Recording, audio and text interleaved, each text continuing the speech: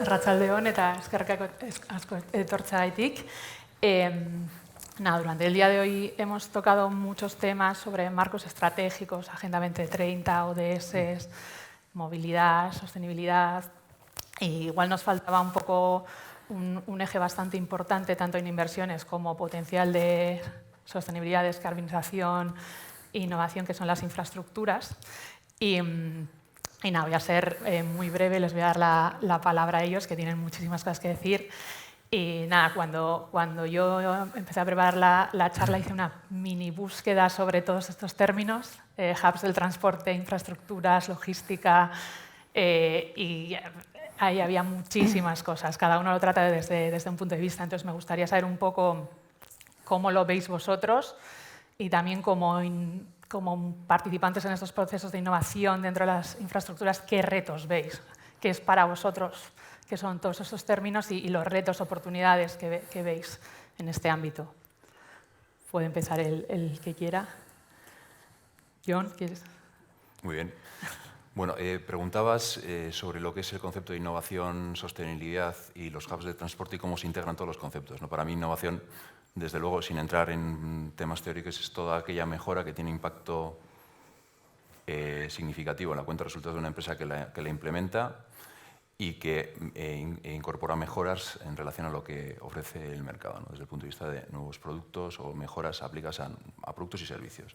La sostenibilidad es que esa innovación pues, tenga un impacto positivo en términos sociales, económicos y medioambientales, y integrándolo en el concepto de infraestructura, en los hubs de transporte, al final lo que planteo, como yo entiendo un hub, es un lugar en el que se integran los diferentes actores que desarrollan proyectos de innovación, nuevos productos, nuevos servicios y que permiten que estos nuevos productos y servicios redunden no solo en la parte económica y en el retorno económico, directo e indirecto, sino también en la parte social y medioambiental. Lo he dicho perfecto. Muy completo, decir, sí, ¿no? sí. Perfecto. Sí, bueno, yo no tengo mucho más que añadir a eso, simplemente la importancia de los hubs en el transporte yo creo que está demostrándose en este momento con toda la, la red ferroviaria unida con los puertos, como todas esas conexiones están fomentando de forma muy significativa y como nos está haciendo crecer a todos muchísimo más en nuestros respectivos negocios, ¿no? Yo creo que son grandes oportunidades los hubs, en este caso del transporte, que van siempre acompañados de grandes inversiones en infraestructuras y tienen que ir siempre acompañadas, en mi opinión, de mejoras en la innovación, desde luego, y, por supuesto, en la sostenibilidad, ¿no? Entonces, pensar en un hub del transporte en el que a día de hoy nos estén incluyendo herramientas, como se ha estado hablando esta mañana y a lo largo de todo el día, como la inteligencia artificial, como la lectura, por ejemplo, de contenedores, que nosotros estamos en eso ahora, ¿no? La lectura de contenedores mediante iPad y que esa información llegue a un servidor y que todo esté centralizado y todo el mundo tenga el mismo nivel de información. Todo eso son mejoras que nos van a ayudar a hacer la vida mucho más fácil para todos y que va a mejorar nuestro sector. Sí, lo habéis dicho casi todo, pero bueno, por complementar un poco, yo en cuanto a innovación, que bueno, has dado una visión muy empresarial, ¿no? Bueno, yo creo que pensando un poco más a nivel de sociedad, pues bueno, yo creo que la clave es hacer cosas nuevas o hacer cosas de forma diferente. Pues bueno, a nivel de empresa, lógicamente, todos buscamos un mejor negocio. Bueno, yo creo que la clave es algo que también se ha comentado esta mañana, que es el innovar para qué, ¿no? O sea, que en la base de la innovación tiene que haber un reto, tiene que haber una necesidad, antes que una idea o que vamos a innovar por innovar que no nos conduce a nada, ¿no?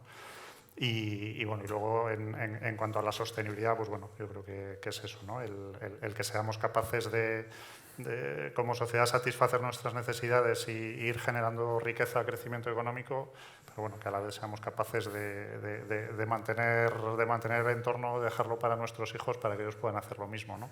Y luego yo creo que también ahí es importante la componente social, ¿no? El que ese crecimiento pueda ir acompañado de generar una mayor cohesión social, una mejor justicia social y que podamos reducir un poco la desigualdad, ¿no? En relación con lo que dices, si me permites, Sí. una de las cosas de innovar para qué me parece que es fundamental. Ya has hablado, como has dicho, pero creo que es fundamental. Nosotros, como gran empresa pública de 80 años, con mucha trayectoria, se lleva innovando toda la vida. Y siempre se ha innovado con la idea de mejorar tus procesos operativos, lo cual está muy bien. Pero debemos de ir más allá. Entonces, uno de los retos en los que tenemos que trabajar como innovación, como Departamento de Innovación, Dirección de Innovación, como lo queramos llamar, es para qué estamos innovando y qué ventajas competitivas nos da. Nosotros ahora, además, que estamos en plena liberalización del sector, en el sector de viajeros concretamente, tenemos que pensar muy bien para qué estamos innovando, para qué estamos gastando el dinero público en innovación y cómo está ayudando al país, no solo a Renfe, sino también al país a hacer ese tejido de innovación más grande y mejor, ¿no? Entonces, una de las apuestas que nosotros tenemos, por ejemplo, ha sido, lo que estaba comentando un poco de los puertos muy brevemente, es nosotros tenemos un programa de innovación que se llama TrendLab, donde trabajamos con startups. Durante 6 meses creamos un piloto con ellos y nos dan una solución generalmente operativa, pero no solo, luego, si tengo la oportunidad, lo contaré. Y esta solución no solo era buena para el personal de Renfe, que trabaja de una forma mucho más cómoda y mucho más operativa, sino que además nos hace ganar dinero y nos hace ser mucho más fiables para nuestros clientes. Es decir, todos estamos ganando en la cadena de valor. Y además estamos ayudando a una startup que en este país, pues ese tejido de innovación no es tan grande como en otros, estamos ayudando a una startup a que crezca, a que mejore, a darle una oportunidad de negocio nueva y a que amplíe su negocio, ¿no? Con lo cual yo creo que cerramos una cadena. No, por eso os hacía esta pregunta, me parece interesante porque creo que en los últimos años hemos llegado a un punto en el que desde todos los sectores estamos más o menos de acuerdo en lo que son todos estos términos, aunque los tratemos desde diferente punto de vista.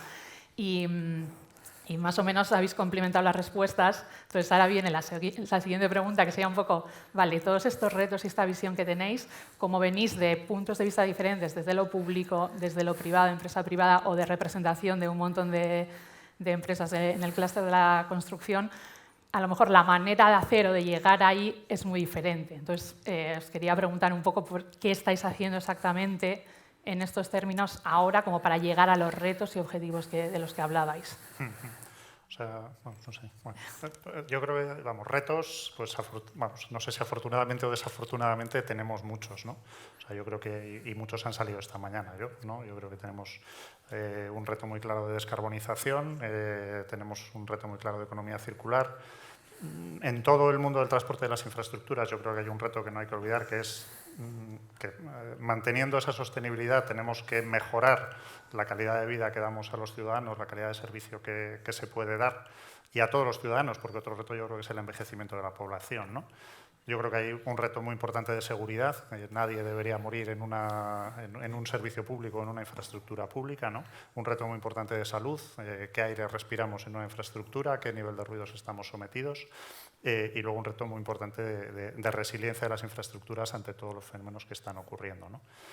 Y nosotros ahí, pues bueno, sí que en nuestra actividad más tradicional de ingeniería, pues muchos de los proyectos que hemos hecho históricamente, pues van en la línea de respuesta a esos retos, ¿no? Porque muchos son proyectos de transporte urbano, de infraestructuras ferroviarias, de edificación, de renovación urbana, de infraestructura hidráulica. Y bueno, en los últimos tiempos también lo que estamos es, con la base en ese conocimiento técnico de ingeniería y sumando capacidades de digitalización o de nuevas tecnologías, pues bueno, desarrollando soluciones, lo que decía antes, para resolver problemas concretos, ¿no? Bueno, ahí tenemos muchos ejemplos, ¿no? Igual, vamos, estamos trabajando en muchas cosas en el ámbito de la sostenibilidad energética, de ahí, por ejemplo, pues bueno, tenemos desarrollado un sistema de inteligencia artificial para gestión de la ventilación y de la climatización que tenemos implantado en el Metro de Barcelona, por ejemplo, que está generando un ahorro que han declarado ellos hace poco de cerca de 2 millones de euros al año en factura eléctrica, que es una barbaridad. Y sumando además el objetivo inicial que ellos tenían, que era mejorar el confort térmico en las estaciones y la calidad de aire, ¿no? Eso ahora lo estamos utilizando también en edificios, en aeropuertos, pero bueno, es un poco un ejemplo, ¿no? Estamos también en todo el mundo de los gemelos digitales, a partir de la experiencia en BIM, combinando esos modelos BIM con otras herramientas de gestión de operación y mantenimiento con las que cada cliente tiene, intentando crear ecosistemas lo más abiertos posible. Y bueno, por citar un ejemplo un poco de una infraestructura un poco diferente, pues en una ciudad futbolística como Bilbao, pues el sistema, por ejemplo, de césped retráctil del Santiago Bernabéu, ¿no? bueno, que va a permitir transformar un estadio de fútbol en un espacio multiusos bueno, que va, en la línea que decías, va a generar una rentabilidad a un equipo de fútbol pues, muy importante, ¿no? Bueno, yo creo que bueno, nosotros como hub de la cadena de valor de la construcción y como plataforma para el desarrollo de proyectos somos eso, principalmente. Lo que tratamos es de apoyar a nuestras empresas e instituciones, porque no tenemos que olvidar esa parte también. O sea, representamos empresas y entidades públicas también, que son fundamentales en la cadena de valor, en la implementación y desarrollo, primero la detección y luego en la definición e implementación de proyectos de desarrollo tecnológico, innovación en general, ¿no? No solo es una problemática de desarrollo tecnológico, que yo creo que se ha detallado perfectamente cuáles pueden ser las tendencias tecnológicas. También tenemos un sistema de vigilancia tecnológica con lo que prestamos servicios a nuestros socios. Con todo eso, pues, durante el año pasado fuimos capaces de apalancar en un sector que no es intensivo ni en conocimiento ni en tecnología. Eso es una realidad, porque ni siquiera se invierte el 1% de todo lo que se factura desde la parte sectorial. Es decir, es una crítica directa hacia las empresas de la cadena de valor de la construcción, en este caso. En un sector que no es intensivo, fuimos capaces de apalancar en Euskadi un total de más de 50 millones de euros en proyectos de I+D. Estamos hablando de gasto directo o inversión directamente en I+D. ¿Vale? Luego se planteaban los retos. La parte tecnológica yo creo que está totalmente abordada. Desde el punto de vista estratégico también, desde el punto de vista de planificación, yo creo que ha habido durante los últimos años una apuesta muy clara por parte de las entidades que tienen competencias en materia, en todo lo relacionado con construcción, también en infraestructura, por definir y planificar todas las acciones que están orientadas a promoverla. Es decir, Renfe tiene un plan de apoyo a la I+D+I, a las startups, ETS también lo tiene, nosotros tenemos un convenio con Diputación Foral de Vizcaya, en concreto con el área de infraestructuras, para desarrollar e identificar oportunidades y retos en materia de infraestructura viaria para que nuestras empresas den respuesta a esos retos que tienen. Desde el punto de vista de planificación, yo creo que ha habido una apuesta muy clara, eso hay que decirlo, y asignando una serie de presupuestos. Pero os habéis perdido una discusión que hemos tenido ahí detrás, que yo creo que el reto está en que, vamos a decir que como sociedad, como entidades públicas y empresas privadas, seamos capaces de articular los procedimientos que permitan agilizar la ejecución de esos presupuestos que están, pero que no es fácil que permeen al sector privado, que al final es quien va a asumir el reto de tener que desarrollar los proyectos. Creo que lo he dicho bastante... Lo has dicho genial. suave, ¿no? Es que la discusión ha sido un poco conmigo, porque yo vengo de la empresa privada, ahora estoy en la empresa pública y estoy muy de acuerdo con algunas de las cosas que dice. Sí que es verdad que a veces los procedimientos de la administración pública son complejos, alargan los tiempos. Seguramente tendríamos que ser todos mucho más ágiles y yo al final soy una empresa pública, con lo cual no soy muy administración pública tampoco. O sea, soy ahí un intermedio raro, pero sí es verdad que los procesos de la administración debemos de intentar optimizarlos como sea, porque se pierden muchos recursos en tiempos que no sabes muy bien, ¿no? Pero independientemente de esa discusión, que ha quedado perfectamente saldada y súper bien explicada, los retos a los que nos enfrentamos como Renfe para la mejora o basándonos en la innovación, yo creo que nosotros los podemos dividir en dos, ¿no? Unos más a corto plazo y otros más a largo plazo. Ahora estamos inmersos en una digitalización como están todas las grandes empresas pues yo diría del mundo. A partir del COVID todavía más acuciante todo ese proceso de digitalización y estamos en él utilizando todas las herramientas que ya se han descrito previamente, con lo cual no voy a volver. Y luego yo creo que hay otros retos a largo plazo que son, y también se ha comentado, y es una pena ser de los últimos porque ya se ha comentado casi todo, pero poner en el foco a las personas, como decía el anterior ponente, ¿no? Nosotros tenemos un reto muy importante en este momento justo y es no olvidarnos de aquellas personas que cogen los trenes de Renfe y que no tienen la capacitación digital que podemos tener una persona con 20, bueno, no es mi caso 20, una persona de 20 años o 30 años, ¿no? Todos los temas de accesibilidad son fundamentales para que nuestro cliente se sienta más a gusto y pueda ser parte de ese viaje y sea cómodo su viaje y sea feliz durante ese viaje. Y nosotros tenemos que estar muy cerca de ellos y por eso estamos, a través de la innovación, de las herramientas de innovación, pues estamos intentando dar soluciones que ayuden a esas personas. Por ejemplo, en la última convocatoria que tuvimos de TrenLab, uno de los retos que se trabajó fue mejorar la accesibilidad a las estaciones que gestionamos desde Renfe, que no son muchas, porque ya sabéis que las estaciones y las vías son de Adif, no son de Renfe. Los de Renfe son los trenes, lo demás no.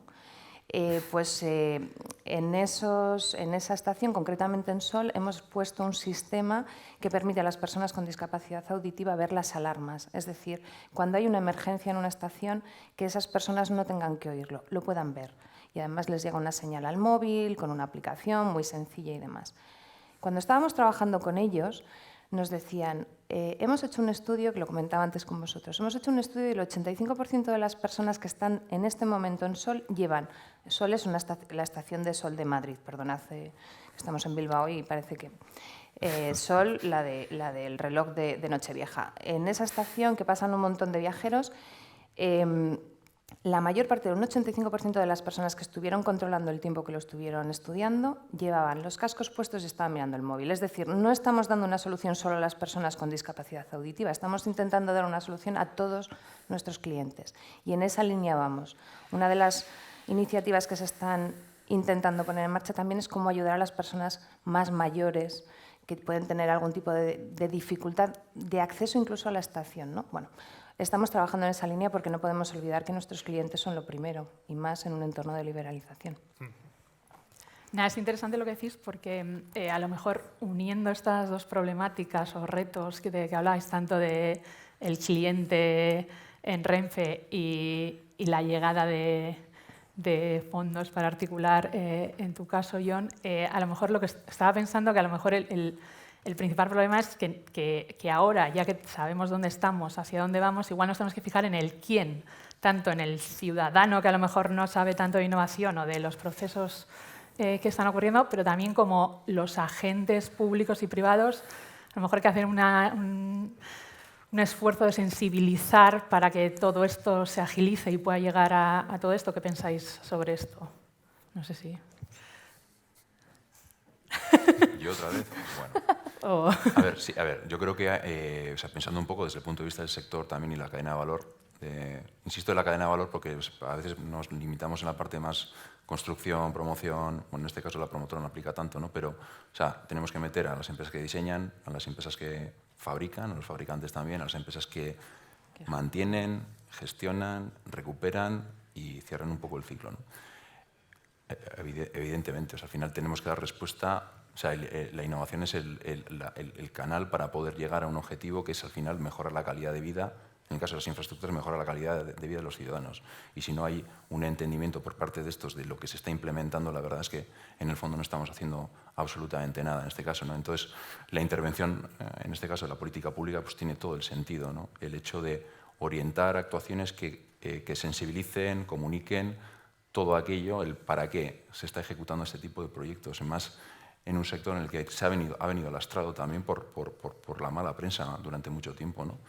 Y yo creo que hay que aprovechar también eso, ¿no? El hecho de que se están desarrollando infraestructuras innovadoras, sostenibles, que mejoran la calidad de vida de los ciudadanos, desde entidades públicas que entienden la problemática y afrontan los retos y en colaboración con las empresas, que son las que en definitiva van a ejecutar, ¿no?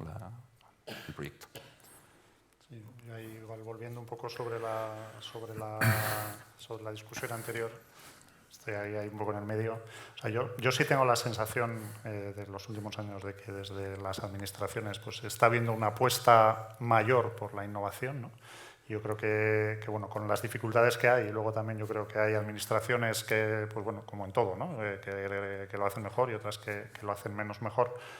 Pero bueno, yo creo que sí que se están implementando mecanismos como los procesos de compra pública innovadora, de compra pública precomercial, que están ayudando mucho a desarrollar cosas, ¿no? A nosotros, por lo menos, son mecanismos que nos están siendo de mucha ayuda. Y luego también yo veo mucha apertura de las administraciones, pues de administradores de infraestructuras, de operadores, de que, por lo menos, de hacer proyectos piloto o de probar cosas, ¿no? que antes no era tan fácil. A nivel de empresas, yo creo que sí que está claro que, vamos, que todos tenemos interiorizado desde hace mucho tiempo que hay que innovar o innovar, ¿no? Porque en el momento de cambios que estamos y de globalización creciente, pues yo creo que ya no es una opción. Y luego está efectivamente la pata del ciudadano, ¿no? Donde yo creo que últimamente a golpes nos estamos todos habituando mucho a cambiar y a moldarnos a las circunstancias por la cuenta que nos trae. Entonces yo creo que eso está ayudando a que también todos aceptemos cosas nuevas, ¿no? Pero ahí yo creo que hay que incidir mucho sobre todo lo que comentabas, ¿no? En determinados sectores de población que temas relacionados con la digitalización pues puede que se queden atrás y no podemos permitirlo, ¿no? O sea que yo creo que tenemos que tener un poco de cuidado.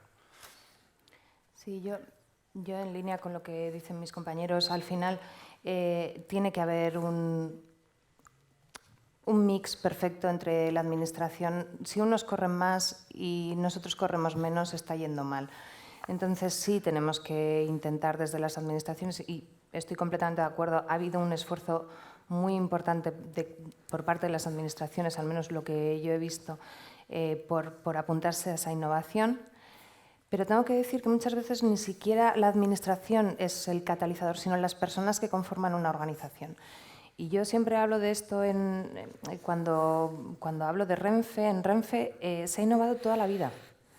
Y han sido las personas que han estado en un taller innovando y han hecho que su proceso sea menos difícil, o que hayan ahorrado tiempo, o que lo hayan hecho mejor, sin tanto peligro para ellos en su operativa. Entonces, han innovado siempre. Lo que no había era un programa como tal descrito. La organización pues cree en la innovación, entonces creamos este gran programa y este gran presupuesto. No, la innovación está muchas veces en las personas.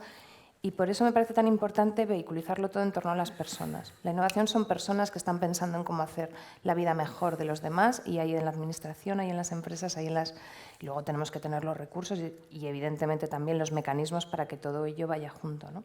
Y luego otra de las cosas que tenemos que pensar, o al menos a mí me gustaría reflexionar también sobre eso, es innovación para qué y innovación cómo la comercializamos. Porque hay una cosa que sí que estamos haciendo todos, que es invertir mucho en innovación, pero sí que hay una cultura que todavía no ha llegado aquí, o al menos yo no la conozco, que es mucho más anglosajona, que es cómo aprovechamos esos resultados no solo en nuestra empresa, sino en las demás.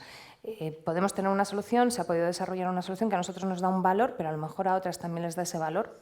Vamos a intentar aprovecharlo. Es decir, la innovación no solo tiene que ser para nuestra empresa, tiene que ser para que todos la podamos disfrutar, y más si viene de unos fondos públicos, en mi opinión, porque al final tiene que revertir en toda la sociedad, ¿no? Entonces, bueno, también dejo eso ahí para ver qué os parece, porque yo creo que tú tienes algo que contar de esa comercialización.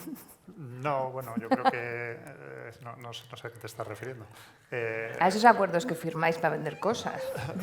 O sea, yo creo que ahí es un poco distinta vuestra posición que la nuestra, ¿no? Yo efectivamente estoy totalmente de acuerdo contigo, ¿no? O sea, cuando una administración pública te paga por desarrollar una innovación, pues bueno, la innovación lógicamente es suya, y lo que tiene a veces es que buscar la forma de comercializarla, que a veces no es fácil para una administración pública, ¿no? Porque bueno, ¿y ahora qué hago con esto, no?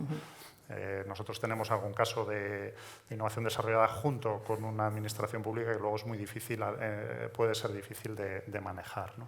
Y bueno, luego pues nosotros mucha de nuestra innovación pues bueno, la hacemos con fondos propios, y bueno, pues a lo que aspiramos es a intentar replicarla en otros clientes, ¿no? Porque eso normalmente en esa filosofía de intentar responder a retos o a problemas reales de clientes, pues bueno, luego te encuentras con un cliente que es parecido al que tuviste, y bueno, pues lo que tienes es que ser capaz de adaptar lo que tienes, de crear algo nuevo, o de ir adaptando las cosas que tienes en la estantería de alguna manera a las necesidades de ese cliente, ¿no? Es que a veces nos quedamos solo como con el piloto, ¿no?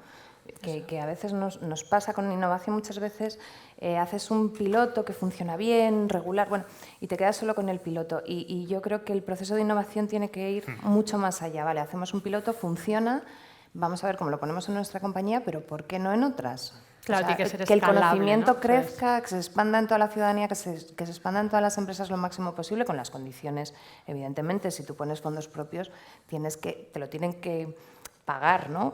No podemos regalar la innovación, pero sí esa expansión debería de ser, en mi opinión, es quizá un poco A mí lo que me echo un poco de menos en España, en el sector de la innovación, es cómo hacemos esa transferencia, de conocimiento, cómo hacemos esa transferencia de innovación a otras empresas y cómo lo repartimos para que todos nos beneficiemos, ¿no? Un poco. Igual deberíamos copiar de otras culturas más anglosajonas o... Tienen más cultura de protección y de transmisión de... De todas maneras, en todo esto que habláis, o sea, ahora justamente como que la financiación parece que no es un problema. Al menos hay como aparentemente un montón de dinero, faltan ideas y pilotos y todo esto, dicen. En este sentido, ¿cómo veis vosotros, con todos los requisitos que vienen de Europa y todos los planes y estrategias, marcos, como el futuro a medio plazo, digamos, 2030, que es como un eje ahí que tenemos marcado, y cómo va a ser la ciudad del futuro, pero sí, a 2050. O sea, si conseguimos que todo esto que decís, que llegue a los ciudadanos, a todos los entes, ¿qué veis? ¿Cómo os imagináis y cómo filtraríais todo esto? Complementando lo que decíamos en el anterior, Sí. O sea, a veces está incluso bien que las empresas ganen dinero con la innovación. Hombre, claro. O sea, hay que buscar el formato adecuado para que las empresas al final desarrollen, porque o sea, también es un driver para la empresa el hecho de poder replicar lo que ha hecho y poder ganar dinero. Entonces, yo creo que hay que trabajar en esa línea y me parece totalmente lícito que así sea, independientemente de que parte de los recursos sean públicos, ¿no?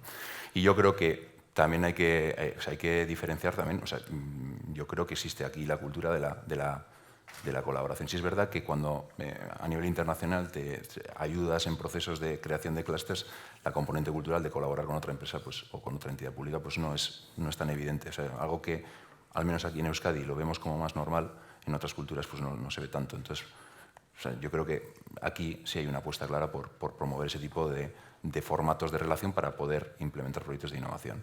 ¿Cómo vemos el futuro desde el clúster? En la parte tecnológica no voy a complementar absolutamente nada, porque yo creo que ya está todo dicho. Insisto, igual que el ingreso y gasto no es lo mismo que el cobro y el pago, durante el periodo operativo 14-20 se ejecutaron el 26% de los fondos FEDER en España, en Portugal el 60%. En materia de infraestructura no llegó al 10%. En materia de infraestructura no llegó al 10%.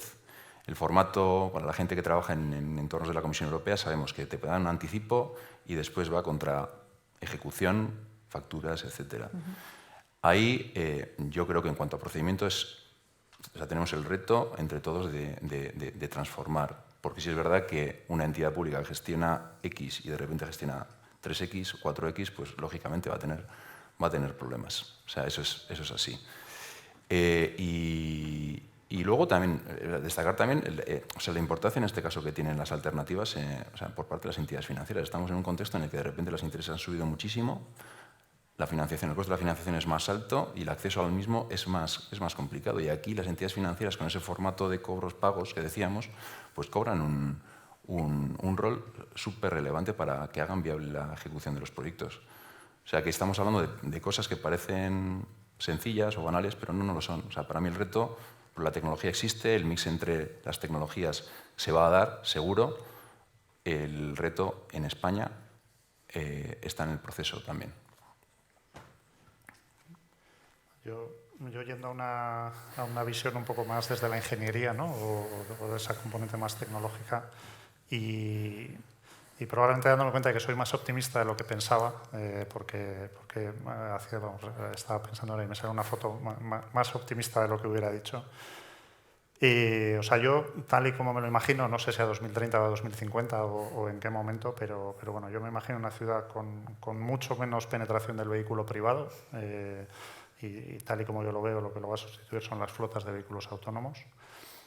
Y me imagino una movilidad totalmente transformada en cuanto a modo de propulsión, ¿no? Y ahí se ha hablado mucho hoy de vehículo eléctrico, pero yo creo que se ha hablado poco de la propulsión por hidrógeno, que en movilidad pesada yo creo que tiene mucho que decir en los próximos años y que ya lo estamos viendo, pues, por ejemplo, con todos los fabricantes de material móvil ferroviario, ¿no? Y me imagino, o quiero imaginarme, un transporte público, unos sistemas de transporte público mucho más potentes, con mejor calidad de servicio, porque si no, pues bueno, lo que nos pasará es eso, que dejaremos el vehículo privado, pero nos iremos al vehículo compartido y esa, pues bueno, parece que tiene que haber algo más, ¿no? Entonces ahí yo creo que tiene que haber mejoras también en lo que es el transporte público. Me imagino unas ciudades con una capacidad de intermodalidad mayor que la que tenemos ahora, tanto a nivel físico como lo que comentabais esta mañana, ¿no? Todo lo que es la integración de los modos de transporte virtualmente, la movilidad como servicio en definitiva, pues espero que se acabe imponiendo, aunque hay unas dificultades ahí de gestión importantes, ¿no?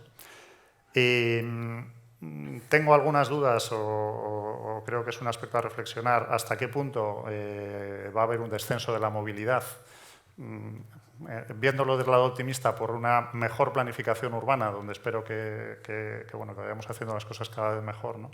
Pero luego también por toda la influencia que va a tener o que ya está teniendo temas como el teletrabajo o la que pueda llegar a tener la realidad virtual, ¿no? El hecho de que para muchas cosas que hoy hacemos desplazándonos a un sitio, pues como a un estadio de fútbol, por ejemplo, pues a lo mejor en un momento dado podamos llegar a tener esa experiencia en casa, ¿no? Y es algo que los que tenemos hijos pues empezamos a ver que eso puede llegar a pasar, ¿no? Y que puede ser algo no tan bueno, ¿no?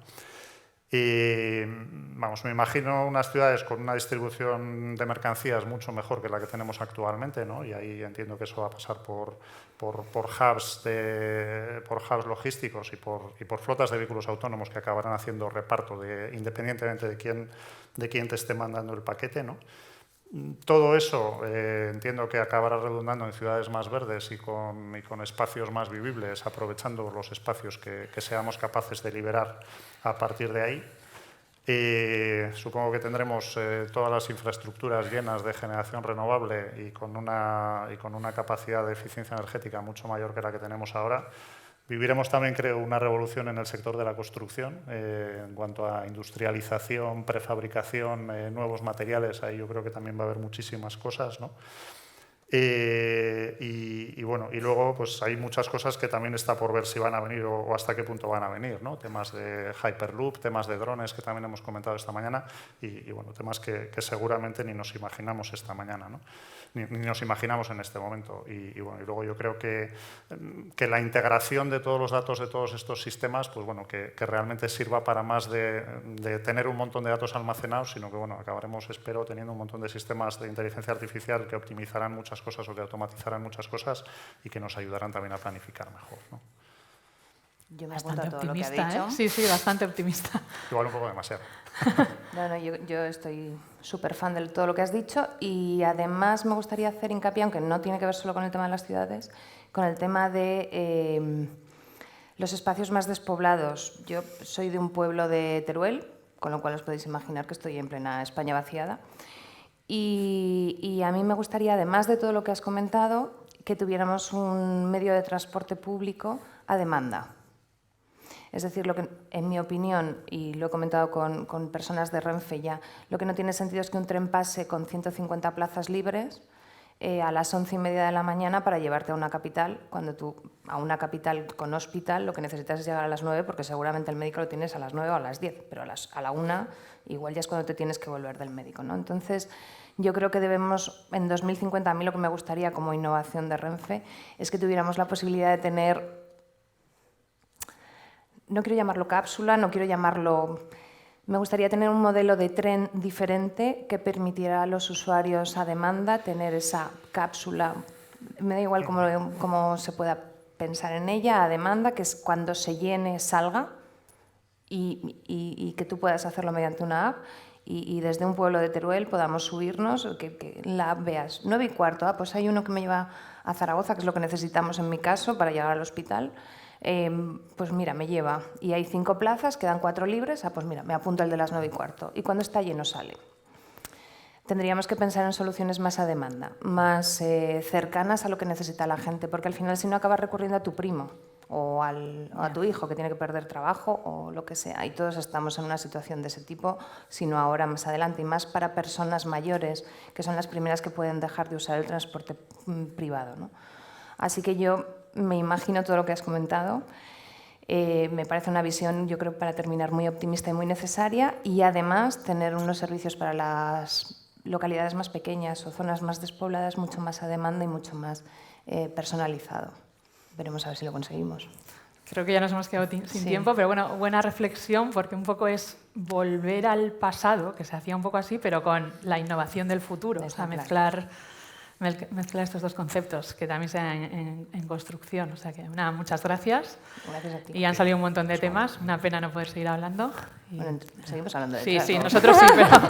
Y nada, si tenéis alguna pregunta, pues se la hacemos llegar a ellos. Muchas gracias. Gracias.